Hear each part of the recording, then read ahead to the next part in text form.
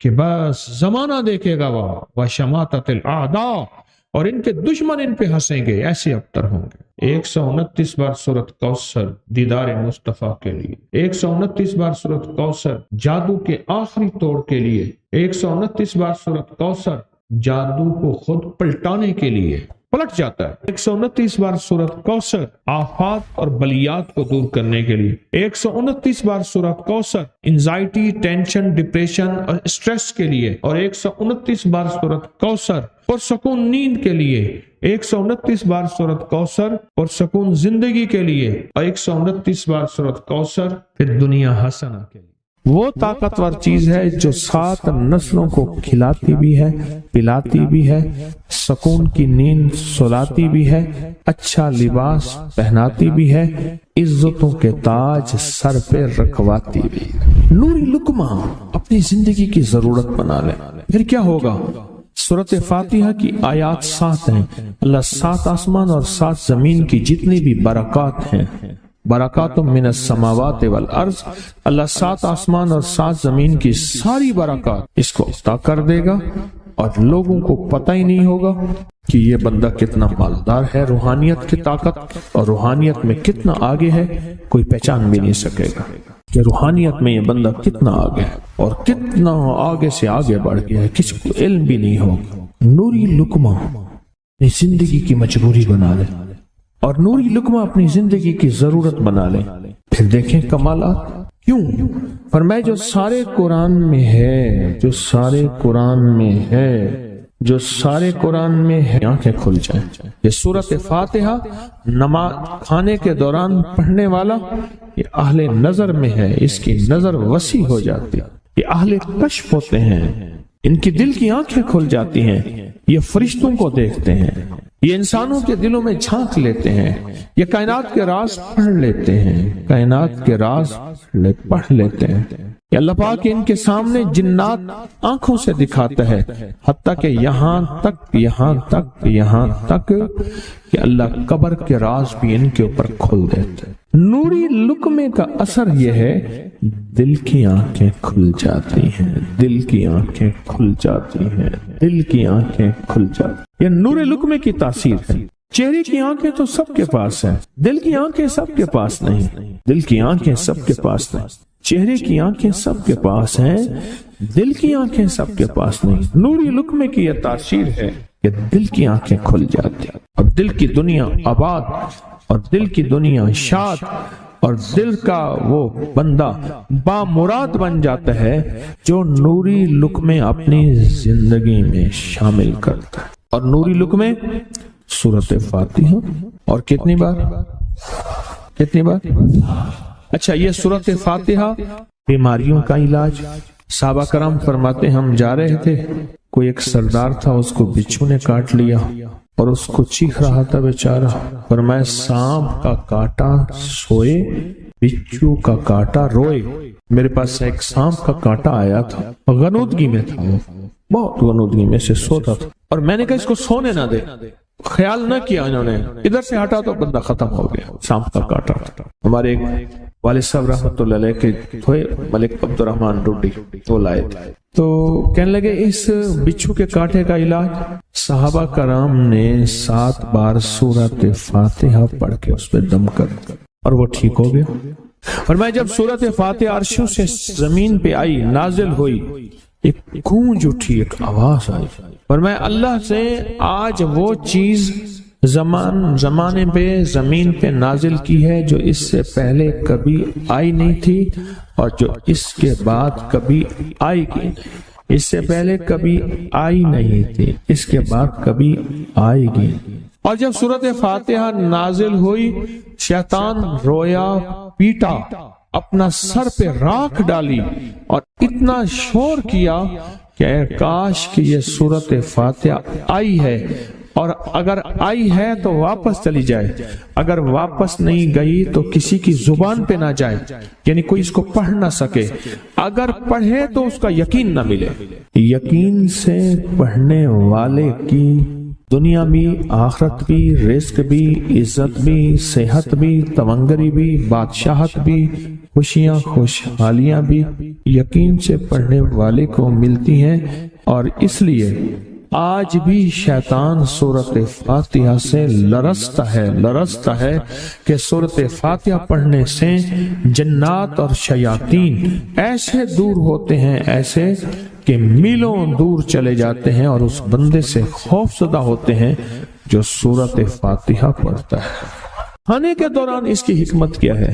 انسان کھانے کے دوران مشغول ہوتا ہے، کھانے کی لذتوں میں کھویا ہوا ہوتا ہے، اور اگر بھوک بہت زیادہ ہو بھوک بہت زیادہ ہو تو پھر تو ہوش نہیں ہوتا، پھر ہوش ہی نہیں ہوتا اگر بھوک بہت زیادہ ہو۔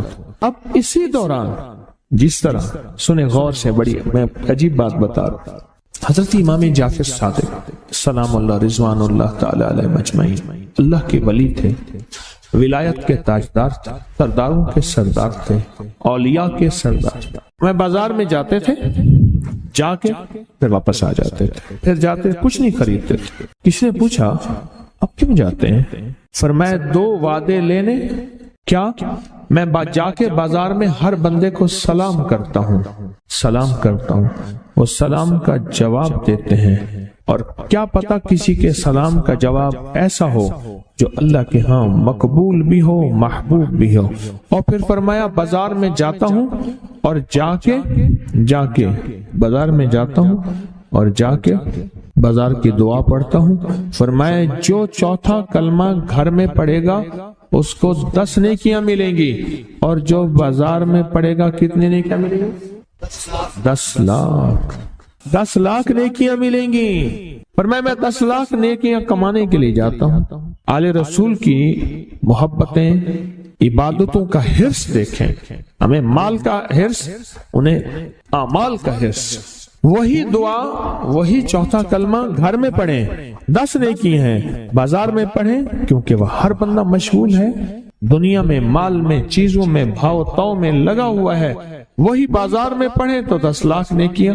اسی طرح کھانے کے دوران جب لذت ہے، کھانے کے دوران ذائقہ ہے، اور کھانے کے دوران لذت اور ذائقے میں اگر کوئی بندہ سورۃ فاتحہ پڑھ لے تو اللہ کہتا ہے تو ان لذتوں میں مجھے نہ بھولا، ان کھانے کی چیزوں میں مجھے نہ بھولا، ان ساری کیفیتوں میں مجھے نہ بھولا۔ اللہ خوش ہوتا ہے، اور پھر اللہ جل شانہ اسے 7 آسمان اور 7 زمین کی برکتیں حوالے کر دیتا ہے، اور جس کے پاس 7 آسمان 7 زمین کی برکتیں ہوں، یہ ساری عبادتیں کھانے کے دوران کوئی معنی نہیں رکھتی، پھر ایسی سمیٹ کے اللہ کائنات کو اسے دے دیتا ہے۔ نوری لقمے کی تلاش کریں، نوری لقمہ زندگی میں لے آئیں، بڑی خوشحال زندگی گزرے گی، بہت لاجواب زندگی گزرے گی۔ 7 دفعہ سورۃ فاتحہ سے قرضے اتر جاتے ہیں، 7 دفعہ سورۃ فاتحہ سے بیٹے مل جاتے ہیں، 7 دفعہ سورۃ فاتحہ سے نعمتیں، اور 7 دفعہ سورۃ فاتحہ وہ طاقتور چیز ہے جو 7 نسلوں کو کھلاتی بھی ہے، پلاتی بھی ہے، سکون کی نیند سلاتی بھی ہے، اچھا لباس پہناتی بھی ہے، عزتوں کے تاج سر پہ رکھواتی بھی۔ کہیں انشاءاللہ۔ اب سوچیں کون سا مشکل عمل، بہت زبردست عمل ہے، 1 منٹ کا کام ہے اور کام بن جاتا ہے۔ اور میں نے اس کی اجازت جتنی مشکل سے لی تھی نا، اس عمل بہت مشکل سے اجازت، اور جس دن لی تھی اسی دن فیصلہ کیا تھا انشاءاللہ اسے چھپاؤں گا نہیں، انسانیت مخلوق کو بتاؤں گا۔ اور یہ 7 دفعہ سورۃ فاتحہ جو دل کا مریض ہو مجھ جیسا، اس کا بھی علاج ہے، جسمانی ہو یا روحانی۔ میں نے پچھلی دفعہ کہا نا کہ میں دل کا سخت مریض ہوں اور آج بھی ہوں، دعا کرو موت تک نہ رہوں، اور میں دل کا سخت روحانی مریض ہوں، جسمانی نہیں ہوں۔ میری پچھلی دفعہ کی وجہ سے پوری دنیا میں کوہرام مچا ہوا ہے کہ بابا گیا، جانا تو ہے، جانا تو لازم ہے۔ پچھلی دفعہ میں نے وہ کہہ دیا کہ میں دل کا سخت مریض ہوں، میرے لیے دعا کرو، وہ یہ مریض ہوں، روحانی مریض ہوں، روحانی مریض ہوں۔ تو یہ بیماری جو دل کی بیماری ہے نا، اس کا بھی علاج ہے، روحانی ہے یا جسمانی؟ جیسے میں دل کی روحانی بیماریوں کے بارے میں نے آپ کو کہا، میں سخت مریض ہوں دل کا، اللہ کرے اس کا مرض کا علاج ہو جائے، تو کھانا کھاتے ہوئے میرے دل کے لیے بھی آپ دعا کریں گے کہ اللہ بھی میرے دل کو ٹھیک کر دے، اللہ بھی ٹھیک کر دے۔ آپ مجھے بزرگ سمجھتے رہے ہیں اور اندر سے کام کھوکھلا ہو، یہ دل کی روحانی بیماریوں کا بھی علاج ہے، اور یہ جسم کی اور دل کی جسمانی بیماریوں کا بھی علاج ہے، یہ صحت مندی کا راز ہے۔ سورۃ فاتحہ ہے بابا، سورۃ فاتحہ، سورۃ فاتحہ۔ جو بندہ سورۃ فاتحہ پڑھتا ہے ایک بار، اللہ جل شانہ ان 7 آیات کی تاثیر اور طاقت اسے عطا فرماتے ہیں، اور 7 سمندروں میں جو غذا، رزق، طاقت اور قوت اللہ نے رکھی ہے اس کا حصہ اس بندے کو دیتے ہیں جو صرف ایک بار سورۃ فاتحہ پڑھتا ہے۔ یہ جو وظیفے ہیں کسی درویش کی، یا کوئی درویش نے جس کو اجازت ہے اس کی اجازت صحیح ہو، ہر بندہ اجازت دینا نہ شروع کر دے، اجازت کے پیچھے نسبتیں چاہیے، ان نسبتوں کی طاقت چاہیے۔ وہ جو اجازت ملتی ہے اس اجازت کے اندر جو تاثیر ہوتی ہے، اس میں جو کمال ہوتا ہے، اس میں جو اندر کی کیفیتیں ہوتی ہیں، اس اجازت سے نسلوں میں تونگری، دولت، رزق، عزت، صحت ایسے بارش کی طرح برستی ہے۔ میرے جو مرشد تھے حضرت خواجہ سید محمد عبداللہ حجویری رحمت اللہ علیہ، میرے مرشد جو تھے وہ حضرت داتا صاحب کی سچی آل میں سے تھے۔ مجھے جاتے جاتے انہوں نے اجازت دی 1991 ستمبر میں، اور مدینہ منورہ فرمایا میں جا رہا ہوں، بس اب بقی میں، اور بقی کے اندر جا کے سو گئے۔ اب بھی میں مرشد کے ہاں جاتا ہوں تو جنت البقیع کے قبرستان میں ان کی نسبتیں دیکھیں کتنی اونچی ہیں۔ پھر وہ نہیں، 26 بڑی ہستیوں نے مجھے خلافتیں، اجازتیں دیں، 26 سے بلکہ زیادہ اجازتیں اور خلافتیں دیں، اور ان کی توجہات ہیں، ان کی پیچھے دعائیں ہیں، اور پیچھے کامل کے ہاتھ ہیں۔ یہ روحانیت کی نسبتیں ہوتی ہیں، روحانیت کی نسبتیں ہوتی ہیں۔ ان نسبتوں کے ساتھ جیسے آپ تسبیح خانے میں ماشاءاللہ پوری دنیا میں لوگ یہاں آئے ہوئے ہیں، اور بڑے بڑے ہستیاں یہاں آئی ہوئی ہیں جو مٹی ہو کے چٹائیوں پہ پڑے ہیں، خواتین میں بھی مردوں میں بھی، بڑے بڑے عہدوں والے، عزتوں والے، بڑے بڑے مقام والے یہاں اپنے مرشد خانے میں بے حیثیت ہو کے پڑے ہیں۔ جو بے حیثیت ہو کے آتا ہے اللہ اس کو عزت اور مقام اور حیثیت دے۔ کہنے لگا میں نے نا حمزات کو قابو کرنے کے لیے میں نے ایک عمل کیا۔ عمل یہ تھا کہ ایک بڑا سا تھال لے لیں، جیسے یہ گارے اور مٹی میں تھال ہوتے ہیں، اس کا چراغ بنا لیں، اس میں 10 کلو تیل ڈالیں اور بڑی ساری بتی ہو، ٹھیک، اس کی بتی جلائیں۔ 10 کلو تیل جلنا ہے، یہ سارا کتنا تیل جلنا ہے، اس کی بتی میں، اس کی لو میں دیکھنا ہے، اور پھر بیٹھنا اس انداز سے ہے کہ میرا سایہ ہو، اور پھر میں اپنے سائے کو بھی دیکھوں، لو کو بھی دیکھوں، اور اس کے بعد یہ وظیفہ پڑھنا ہے۔ 40 دن میں یہ 10 کلو تیل جل جاتا ہے، دن رات بیٹھنا ہے اور اس کو پڑھنا ہے۔ 30 دن جب گزرے تھے، 30 دن گزرنے کے بعد اس کو نقشے نظر آنا شروع ہوئے۔ نقشے یہ نظر آنا شروع ہوئے کہ گھر ہے، بچے ہیں، کھیل رہے ہیں، اماں بیٹھی ہے، آپس میں بچے کو لڑ بھی رہے ہیں، کھا بھی رہے ہیں، پی بھی رہے ہیں۔ اس نے ادھر سے توجہ ہٹائی۔ مرشد نے فرمایا تھا کہ دیکھ میری نگرانی میں عمل کر رہا، نقشے نظر آئیں گے، کسی نقشے میں نہ توجہ کرنا نہ خوف کرنا، خوف بھی آئے گا، چیزیں بھی آئیں گے، نہ کرنا، بس نہ کرنا۔ دوسرے دن اوپے سے نظر آیا، پھر بچے ہیں کسی باغ میں کھیل رہے ہیں، ایک بچہ پھر گم ہو جاتا ہے، ماں روتی ہے، اتنا روتی ہے اس کو رونا آ جاتا ہے۔ پھر خیال آیا مرشد نے فرمایا تھا کسی توجہ نہ کر، یہ کیا نقشہ شروع ہو گیا۔ اچھا پھر 2 دن کے بعد نقشہ آیا، بچے کھیلتے کھیلتے کھجور پہ چڑھ گئے، ایک بچہ جو اوپر سے گرا اس کے بازو ٹوٹ گئی، لات ٹوٹ گئی، اب پتہ چلا وہ تو مر گیا۔ اب اس کی میت پہ جو اماں نے بین ڈالے، جو ابے نے روئے اور گھر کی مائیاں روئیں، اصل اس کو وظیفے سے ہٹانا تھا، اور اس کی نظر جو وہ وہاں سے نظر سے ہٹانا تھا۔ پھر اس کو مرشد کا خیال آیا کہ توجہ نہیں ہٹانی، دھیان نہیں ہٹانا۔ پھر خیال آیا جب مرشد کامل ہو فائدہ کبھی نہیں ہوگا جب تک یقین کامل نہ، اصل توجہ ہٹانی ہے۔ اور بہت زیادہ رونا اور اتنا رونا کہ سرکار کا خیال آیا، بچے کو لے جا رہے ہیں، اس کی میت پھر قبر کھود رہے ہیں، پھر اس کا یہ کر رہے ہیں، رونا اتنا کہ اس کے آنسوں، رونے کی کوئی کیفیت تھی مائیوں کی۔ 2 دن ابھی رہتے تھے 40 دن میں سے، تو پھر وہی گھر نظر آیا، بچے کھیل رہے ہیں، شوہر آیا، اس نے آ کے کہا مجھے روٹی دو۔